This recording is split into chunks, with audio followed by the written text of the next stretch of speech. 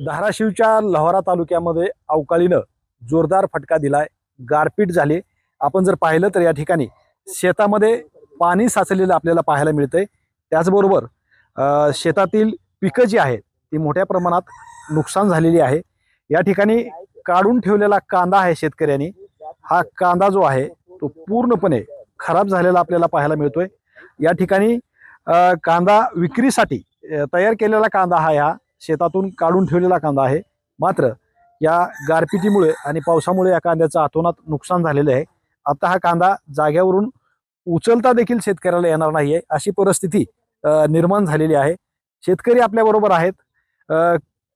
पावसानं नुकसान केलं कांद्याचं सगळं, फार मोठं नुकसान झाले पावसानं। कधी काढला होता? 2-4 दिवस झालं, 4 दिवस झाले। बरं, तुम्ही याला झाकून वगैरे ठेवला नाही?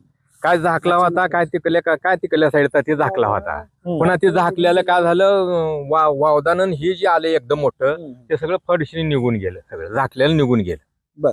एकदमच झाकशी तरच पाऊस आला असं। गारा एवढ्या जबरदस्त होत्या, फार मोठ्या, म्हणजे अशा गारा होत्या, फार मोठ्या गारा। आता ह्याचं काय जागेवर ध्यान काय? नाही, याचा विषय मिटला आता। ह्याचं काय म्हणजे काहीच खत म्हणूनच उपयोग आता आहे, असं ठेवायचं। आता काय करणार त्याला विलाजच नाही, पर्याय नाही, काहीच पर्याय नाही। परिसरामध्ये बाकी पिकाचे पण नुकसान झालेले आहे, फार मोठं नुकसान झाले। विशेष करून आंबे, चिंच, ज्वारी, गहू, हरभर, जांब, द्राक्ष, डाळिंब, कांदा, अशा म्हणजे जेवढे टोटल पीक आहेत त्याचं म्हणजे कुठंच काय राहिलं नाही असं विशेष करून। आता काय नुकसानीचं काय मागणी? आता मागणी तर अपेक्षा असणं साहजिक आहे। लक्षात आलं, नुकसान झाल्यावर कुणालाही वाटतंय काय तर अपेक्षा, काय तर मदत शासनाची मिळावं असं। आता त्यांचे नियम अटी, त्यांच्या शर्ती कशात बसते कशात बसत नाही। आता आमचा विमा गेल्या वर्षीचा 25चा मंजूर होऊन सुद्धा अजून मिळेना गेलाय।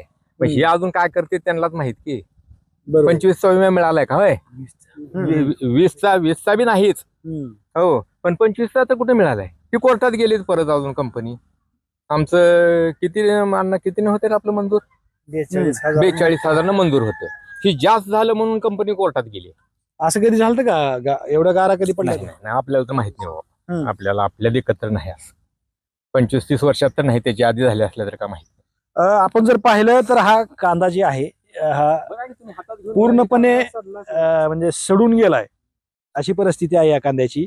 आणि आता शेतकऱ्याला पूर्णपणे शेतकऱ्याचं जे आहे या पावसानं मोठं नुकसान केलंय आणि शेतकरी मागणी करतायत पंचनामे करून नुकसान भरपाई द्यावी, पण त्यांना नुकसान भेटणार का नाही ह्याची सुद्धा गॅरंटी नाहीये, अशी परिस्थिती सध्या शेतकऱ्याची पाहायला मिळते। श्रीराम क्षीरसागर, TV9 मराठी, धाराशिव, लोहारा।